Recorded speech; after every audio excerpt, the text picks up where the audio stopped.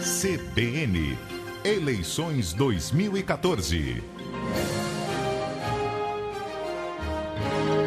CBN São Paulo que se une neste momento à CBN Campinas. Sejam bem-vindos os ouvintes da região de Campinas.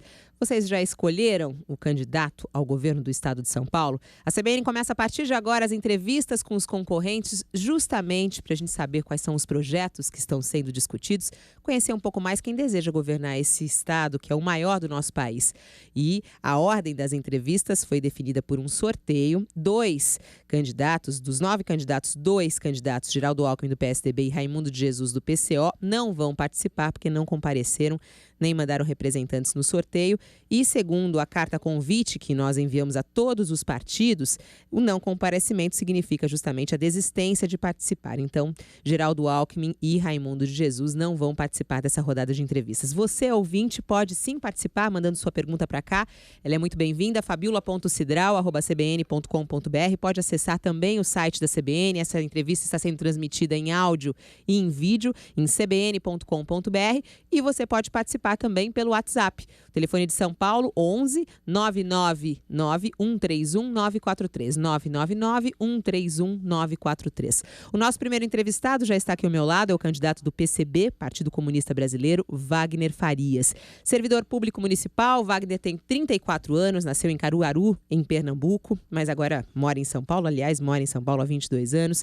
Não chegou a concluir o ensino médio, mas começou a vida política muito jovem. Aliás, é o candidato mais novo ao governo do estado de São Paulo. Passou pelo PT, morou em acampamento do MST e está no PCB desde 2005. E ele está justamente aqui ao meu lado. Olá, bom dia, candidato Wagner Farias. Bom dia, Fabiola. Bom dia a todos e todas ouvintes. É um prazer estar aqui na CBN. Bom, como é que seria um governo comunista no estado de São Paulo? Qual é a inspiração atual sua, justamente, no mundo e para governar São Paulo com esse método? Primeiramente, que nós não teríamos um governo comunista no estado de São Paulo. Nós teríamos o Partido Comunista no governo, o que, obviamente, teria algumas mediações. Ao nosso ver, o nosso projeto e a nossa proposta de governo está alicerçada na possibilidade de constituição de mecanismos de democracia direta, onde a população possa intervir através de conselhos, não apenas em caráter consultivo, mas deliberativo nos rumos de cada um dos setores da vida pública.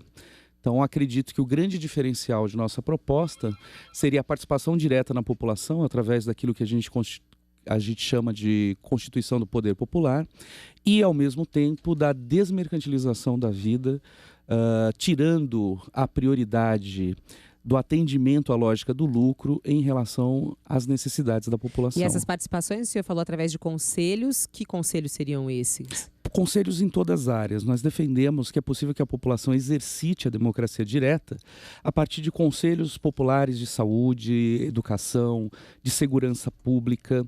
Ou seja, hoje boa parte das decisões econômicas são fundamentadas nos interesses dos grupos privados, que, diga-se de passagem, são os principais financiadores das grandes campanhas.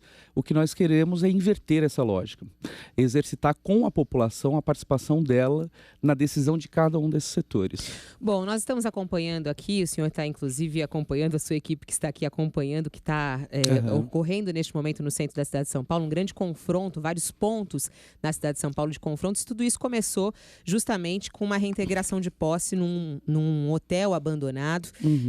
O senhor, como governador, como é que o senhor agiria num momento como esse, com esses confrontos espalhados pela cidade de São Paulo, ônibus sendo incendiados, barricadas sendo formadas e muita destruição no centro? Qual seria a sua ação num momento como esse? O problema é que essa ação é resultado de uma política pública que não prioriza a questão da moradia popular, as pessoas sem teto, aqueles que moram em condições precarizadas. E, obviamente, essa população que está no limite da sobrevivência, ao não ter as condições mínimas atendidas pelo governo, acontece um sentimento de revolta. Então, nesse sentido, um governo nosso dificilmente teria esse tipo de confronto, uma vez que nós defendemos que, por exemplo, esses prédios, como esse hotel abandonado, que hoje servem apenas à especulação imobiliária, esses espaços deveriam ser desapropriados para fins de moradia popular, revitalizando inclusive o centro. Mas essa desapropriação não é fácil, né? O senhor sabe Não, nenhum que processo de transformação há um é caminho fácil. muito difícil. Mas é possível. Por há... exemplo, o prefeito Haddad agora acabou de anunciar a desapropriação do terreno onde houve incêndio da favela do Buraco Quente e favela do Piolho, na região da Zona Sul. Então, havendo, na verdade, o interesse de fazer esse processo, ele não é tão difícil assim como se aponta. Na verdade, hoje, muito dos recursos públicos são utilizados para outras coisas. Para empréstimos a grupos privados para a formação de monopólio, com juros praticamente zero do BNDES.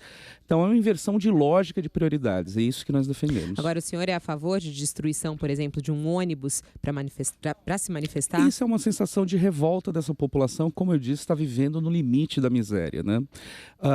Esse tipo de reação, ela é uma resposta à própria violência da política pública estadual. Então, nesse sentido, eu não condeno a ação desses manifestantes e acho que isso poderia ser evitado uma vez que houvesse os investimentos necessários numa política pública de moradia que não beneficie, por exemplo, as construtoras privadas. E como é que seria essa política pública? Porque o senhor falou da desapropriação. Esse é um caminho, mas somente ele é um pouco complicado. A gente tem um déficit habitacional no estado de São Paulo de mais de 1 bilhão e 200 mil moradias. Sim. É muita gente. Qual é o projeto seu, o que está no seu plano de governo justamente em relação a isso? Nós defendemos a formação de uma empresa pública de moradia que tente, através de mecanismos mais baratos do que os projetos Minha Casa Minha Vida, Minha Casa Minha Vida, entidades, que na verdade tem como grande fim, não é o atendimento da moradia da população, é na verdade incentivar e aquecer o setor da construção civil. Então, como disse, tanto os governos do PT, do PSDB, do PMDB, no caso em São Paulo, ou mesmo o projeto hoje encabeçado pela Marina no PSB, são projetos que defendem uma lógica de economia, que é a economia de mercado, onde, na verdade, os interesses da população e a necessidade são meios para se atingir o objetivo do lucro. Nós não temos nenhum problema em afirmar que nós somos contrários e inverteríamos essa lógica. Então, essa empresa pública de moradia, ela teria como, através do investimento estatal, fazer de fato um programa de moradia que com certeza seria mais barato do que o que nós temos hoje através das políticas públicas, tanto do Estado quanto do governo federal, e condições, em médio prazo, de resolver o problema da quantidade de pessoas que hoje não têm um teto ou moram em condições precarizadas. E esse projeto seria um custo de quanto? Como é que encontraria esses terrenos? De onde sairia esse dinheiro? Olha, o dinheiro nós temos defendido que uma parcela significativa disso viria de corte de gastos hoje que nós temos com parcerias público-privadas, com concessões a organizações sociais, que além de fazer uma má gestão dos serviços públicos que são concessionários, resolvem o problema da população em cada um desses setores. Um outro aspecto é que nós defendemos a moratória da dívida pública estadual para a realização de uma auditoria. Né? Nós utilizamos como base os estudos feitos pela Auditoria Cidadã da Dívida, onde comprovam que boa parte dessa dívida já foi paga mais de uma vez e existem vários processos de formação fraudulenta. Dívida de quanto que vocês estão analisando? Hoje, no governo do estado, é algo em torno de 8% do PIB, no PIB estadual. Né? No governo federal, isso é ainda quanto? maior. Em torno de 20 bilhões de reais. E vocês defendem a moratória disso? Sim, defendemos a moratória disso. Em relação ao governo federal é ainda maior, porque esse ano passado foram 43% do recurso nacional para serviços de pagamento da dívida. E esse próximo ano, de acordo com o planejamento do governo Dilma, passa para 47%, ou seja, 1,5 trilhão de reais dos recursos hoje vão para pagamento de uma dívida que nunca teve um processo de auditoria, que nunca foi verificado os processos de formação dessa dívida e responsabilização. Obviamente, quem de fato for devido deve ser pago, mas só após essa auditoria.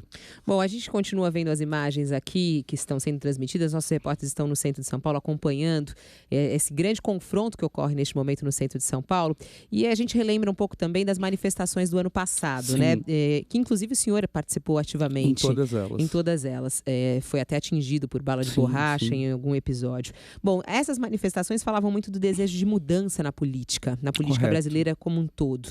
muitas faixas, todo mundo pedia isso. No entanto, as pesquisas de intenção de voto não estão refletindo isso. Correto. E não apenas aqui no estado de São Paulo, né? Os que estão ocupando os primeiros lugares nas pesquisas de intenção de voto são justamente aqueles que já estão no poder muitas vezes ou que são os mesmos candidatos que sempre apareceram. O que aconteceu? Por que esse desejo de mudança não se reflete no voto? O que deu errado, de certa maneira? Na verdade, você tem um conjunto de fatores que apontam para isso, né? Então, por exemplo, cada vez mais o processo eleitoral ele tem sido restritivo no aspecto da disputa programática dos programas.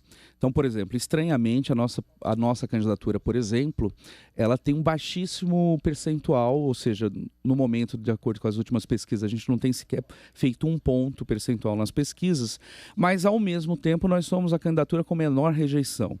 Então, nós temos 7% apenas de rejeição em relação às demais. Mas será por não desconhecimento das pessoas em relação? Isso é desconhecimento absoluto. Muita gente não conhece. E aí não conhece, não Agora, rejeita, veja como né? é estruturada a campanha eleitoral hoje. Desde o ano passado, você já conhece quem são os principais candidatos ao governo, tanto ao do Estado como à presidência.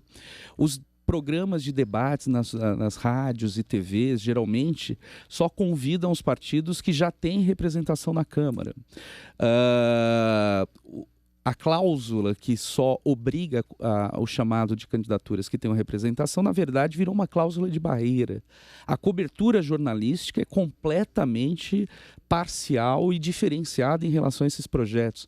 Então, você tem também um apoio da grande mídia, principalmente dos grandes canais de televisão, onde você tem quase que a consolidação de que, apesar de haverem 9 candidatos ao governo do Estado, geralmente a população conhece no máximo 3 ou 4 candidatos.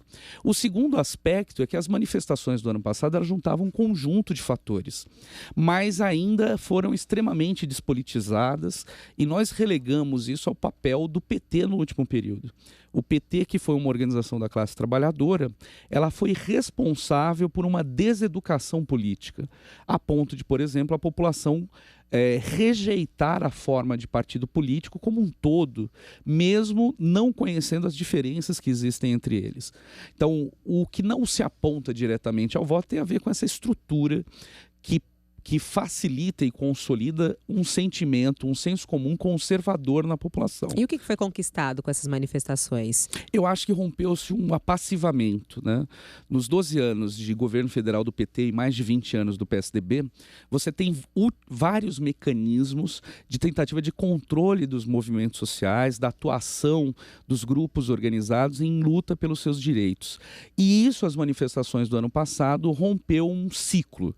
Ou seja, a população cansou de não ter os seus objetivos atendidos e, mesmo ainda não sabendo muito bem o que ela quer, ela passou a apontar pelo menos o que ela não quer mais, né? Bom, nós temos perguntas aqui dos nossos ouvintes, eles vão mandando, já estou recebendo aqui várias perguntas dos nossos ouvintes pelo fabiola.cidral@cbn.com.br e também pelo WhatsApp, que é o 999-131-943. A Isabel Campos que está monitorando. Qual é a pergunta que vem aí, Isabel? Fabiola, o Matias Correia, ele é de Guarulhos, ele quer saber do candidato a proposta em relação à falta da água, a crise da água, principalmente em Guarulhos, onde sabemos que lá vive um racionamento de água. Como que é o nome dele? Matias Correia. Matias, um abraço, Matias. Em relação, por exemplo, à crise hídrica, nós temos apontado justamente o aspecto do privilégio, do lucro em relação às necessidades da população. A Sabesp, no período de governo do PSDB no estado de São Paulo, teve quase 50% das ações privatizadas. Uma empresa privada, seja em qualquer atuação do campo da economia, o objetivo principal dela é lucro. Então, realizar investimentos significa reduzir essa parcela de lucro e é isso que não aconteceu nesse último período. Você não tem investimentos significativos nem na ampliação e manutenção dos mananciais, muito menos no reparo da rede paulista de distribuição de água, o que acarreta que pelo menos 1/5 da água que é servida pela Sabesp hoje, ela se perde por falhas da tubulação, sem contar que, apesar de vários projetos e do próprio investimento do Banco Mundial no processo de tratamento do rio Tietê e de outras formas de reutilização das águas na rede de esgoto, isso não tem avançado em São Paulo. Nós temos muita água desperdiçada que poderia ser reutilizada. E isso não é atendido, e nós acreditamos que não será, enquanto o objetivo principal de um direito como a questão da água, do saneamento básico, estiver na mão de interesses privados. Então seria estatizar a Sabesp? Reestatizar a Sabesp. Essa seria a ideia. Com um diferencial, né? E como faria isso? A reestatização da Sabesp teria que ser feito a partir do princípio que levou a concessão do espaço à privatização. Existe um contrato que esses serviços, tanto a Sabesp como outros processos de privatização, deveriam estar cumprindo. E é fato que ele não foi cumprido e existe uma quebra de contrato por parte desses setores. Agora, só a reestatização não traria a água de volta, porque é um trabalho a longo prazo. Agora, qual seria o projeto? Vocês são a favor, contra, por exemplo, justamente a transposição do Rio Paraíba do Sul para o Cantareira?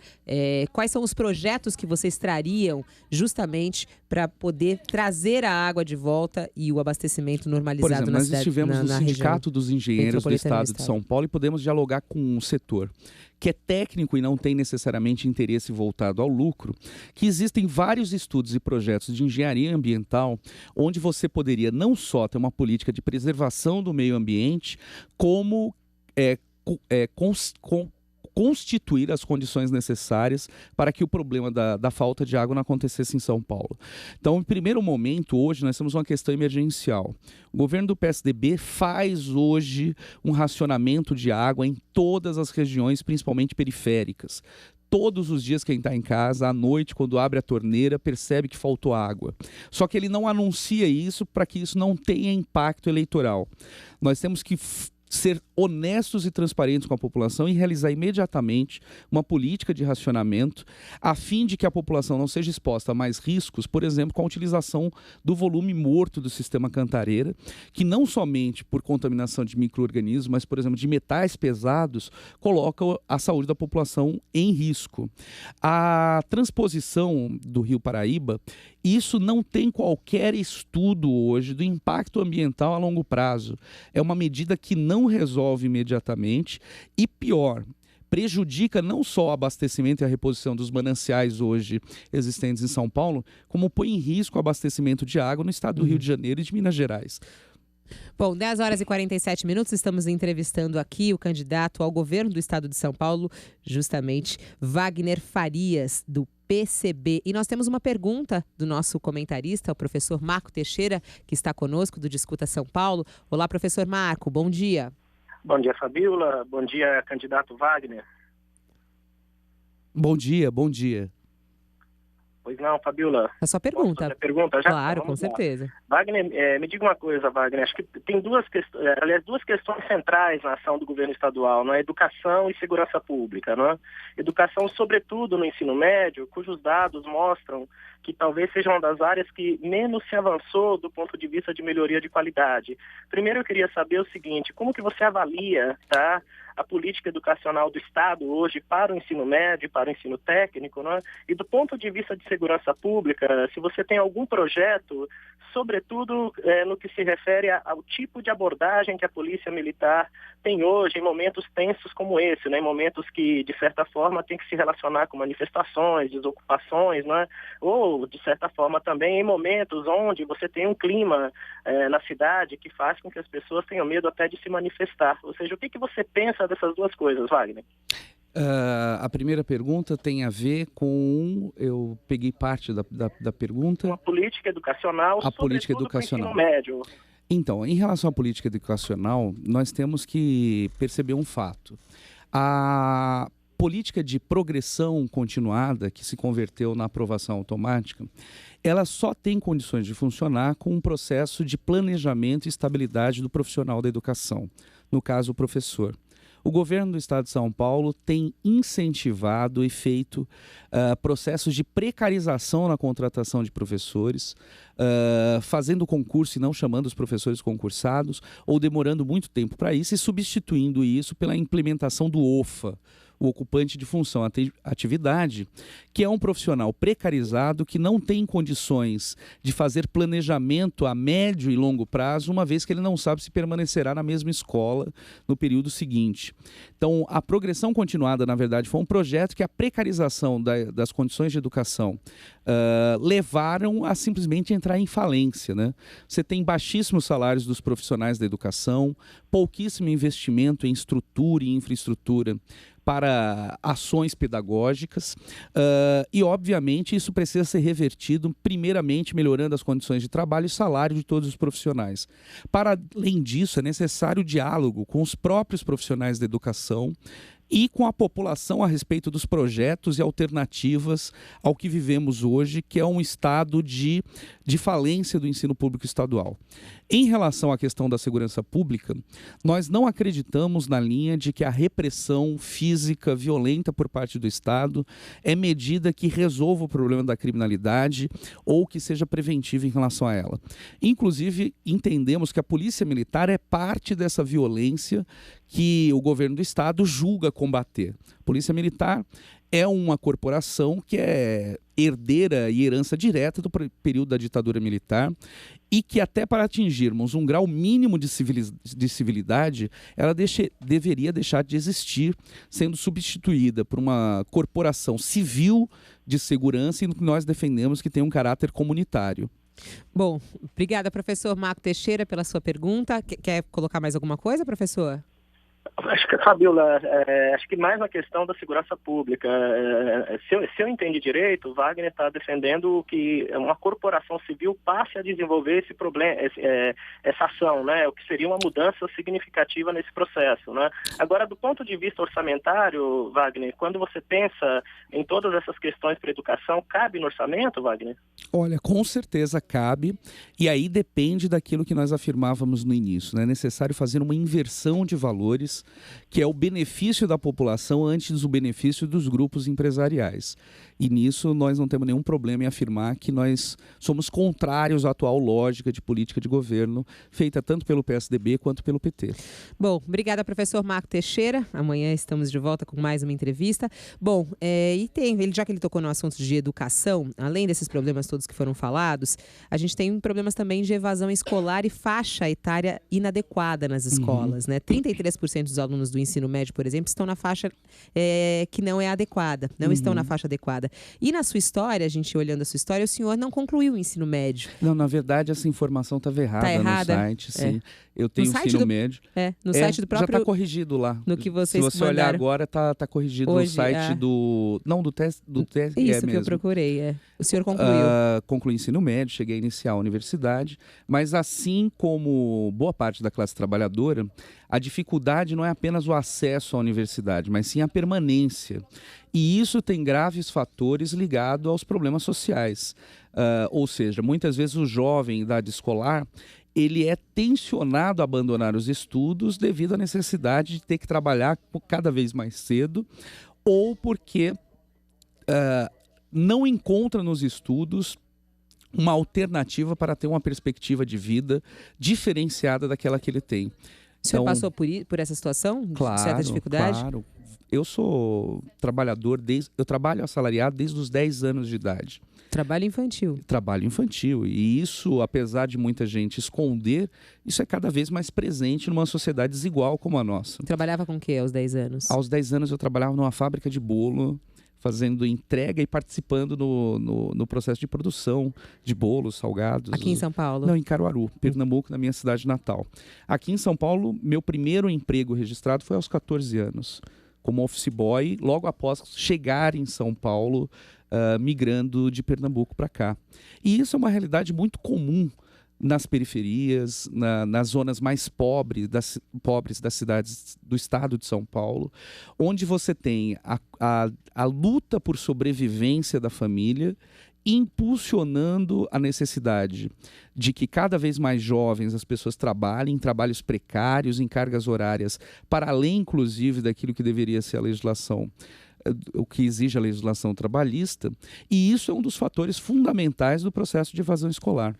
Bom, Wagner Farias, nós temos mais perguntas aqui dos nossos ouvintes. O Davi Gomes de Freitas mandou uma pergunta querendo saber sobre o seu cargo na prefeitura, porque eu falei que o senhor Isso é outra informação que... Está equivocada? Está equivocada. O senhor está licenciado, é isso? Não, na verdade eu pedi exoneração em fevereiro desse ano. Eu pretendi, inclusive, sair de São Paulo quando o partido decidiu que eu ia representar o partido nessas eleições. Então, na verdade, hoje eu estou atuando apenas como educador popular. Eu sou formado pelo Instituto de Educação Popular chamado NEP 13 de Maio, Núcleo de Educação Popular 13 de Maio, e trabalho dando cursos a entidades, organizações sociais, movimentos sociais. Obviamente que isso não é o suficiente para a sobrevivência. Após as eleições eu vou ter que procurar um novo emprego, mas é assim que no momento eu tenho sobrevivido e devo retornar a trabalhar como sempre fiz durante a minha vida inteira. Ele emenda outra pergunta, falando sobre o episódio que está ocorrendo neste momento no centro de São Paulo, e pergunta se o senhor é a favor de colocar fogo em ônibus. Olha, se o ônibus estiver ameaçando a vida das pessoas, e no caso especificamente no sentido simbólico, o que representa a queima de patrimônio público ou privado? Significa um estágio de revolta da população que está tendo as suas condições de vida ameaçadas. Então, nesse sentido, não é uma questão de ser a favor ou contra. O fato é entender isso, que é um movimento de miserabilidade em que essa população está, a ponto dela perder a cabeça e começar a praticar os atos de destruição de patrimônio. Então é a favor num caso como esse? Não condeno. Não condeno. Bom, o senhor saiu do PT e estava até contando aqui um pouco sobre o que o senhor pensa a respeito do Partido dos Trabalhadores. Ingressou no MST, que é o Movimento dos Trabalhadores Sim. Rurais Sem Teto. E lá o senhor viveu num acampamento por 2 anos, é isso? Isso, eu fui acampado no acampamento Camilo Torres, que nasceu ali na região entre o bairro de Perus, em São Paulo, Cajamar e Santana de Parnaíba. E qual é a sua relação hoje com o MST e de que maneira que o senhor se posicionaria a respeito das invasões de terra, principalmente no interior do estado de São Paulo, né? Que a gente tem muitos problemas, a nossa reportagem acompanhou isso lá na região de Presidente Prudente. Como é que o senhor, caso eleito, agiria em relação a isso? Primeiro, a minha relação hoje com o MST é uma relação de quem lida com um movimento social que faz uma luta que para nós não somente é legítima como necessária, que é a discussão do papel da terra e da terra para aquele que quer produzir. Mas o senhor é filiado ainda? Não, eu tenho uma relação como aliado político. Então, o PCB e eu, por exemplo, sou educador popular, costumo dar vários cursos de formação, sempre que a pedido do movimento de introdução à economia política, introdução à filosofia e outras formas que a gente possa colaborar no sentido da organização do movimento. Em relação ao que você chamou de invasão, nós chamamos de ocupação, né? Por que sentido? O processo principal do que o MST organiza a luta pela reforma agrária tem a ver com a produtividade da terra e tem a ver com a função social dela. Então, quando você tem uma área que é improdutiva, essa área hoje não produz os mantimentos necessários que deveriam estar servindo à população. E são áreas assim que são ocupadas pelo MST. Ou quando existem áreas que existe um grave prejuízo, não só ambiental ou econômico, à população trabalhadora. Então, nesse sentido, nós apoiamos veementemente os métodos de luta, de ocupação, como forma de tensionamento para o avanço da reforma agrária. Temos mais perguntas aqui dos ouvintes. O Esper Leon mandou uma pergunta querendo saber a respeito das suas políticas na área LGBT. Ele fala isso é muito falado, Claro. Justamente na corrida presidencial, quanto ao casamento igualitário, na eleição municipal também, mas na discussão estadual pouco se fala. Uhum. Ele quer saber suas propostas a respeito disso. Então, na questão LGBT, nós defendemos o direito do casamento a pessoas do mesmo sexo. E achamos que isso não é nenhuma política radical, na verdade, é o mínimo de garantia dos direitos humanos a todas as pessoas, independente da sua identidade de gênero, da sua orientação sexual, da diversidade sexual. Em relação à homofobia, por exemplo, nós temos visto um aumento importantíssimo de assassinatos de travestis, de pessoas trans, de homossexuais, pela intolerância que é produzida por uma sociedade que nós vivemos hoje, que é machista, homofóbica, transfóbica, lesbofóbica. Então nós defendemos também a criminalização da homofobia e criticamos veementemente figuras como certos líderes religiosos que se utilizam da sua fé como forma de propagação de ódio. Bom, a gente vai fazer um jogo rápido aqui. Eu gostaria que o senhor falasse a favor ou contra, só para a gente concluir aqui a nossa entrevista. Inspeção veicular estadual, a favor ou contra? A favor. A favor. Multa por desperdício de água? Contra. Contra. Unificação das polícias? Unificação não seria o que nós defendemos, mas nós defendemos uma única corporação. Plano de metas para governador? Plano de metas? Importante. Uma qualidade e um defeito seu? Uma qualidade eu acho que é o fato de estar a serviço de uma tarefa que é coletiva. Um defeito é a dificuldade em ter estudado mais e de ter me aprofundado mais nos elementos do conhecimento humano. Bom, eu agradeço demais a sua participação aqui na CBN, os seus esclarecimentos aos nossos ouvintes. Um bom dia ao senhor. Muito obrigado, Fabiola. Hoje nós ouvimos as propostas do candidato do PCB, que é o Partido Comunista Brasileiro, Wagner Farias, aqui no CBN São Paulo e também para a CBN Campinas. Amanhã vamos receber mais um candidato. Gilberto Maringoni, do PSOL, estará conosco a partir das 10h30 da manhã. Vamos ao Repórter CBN e voltamos em instantes. CBN, eleições 2014.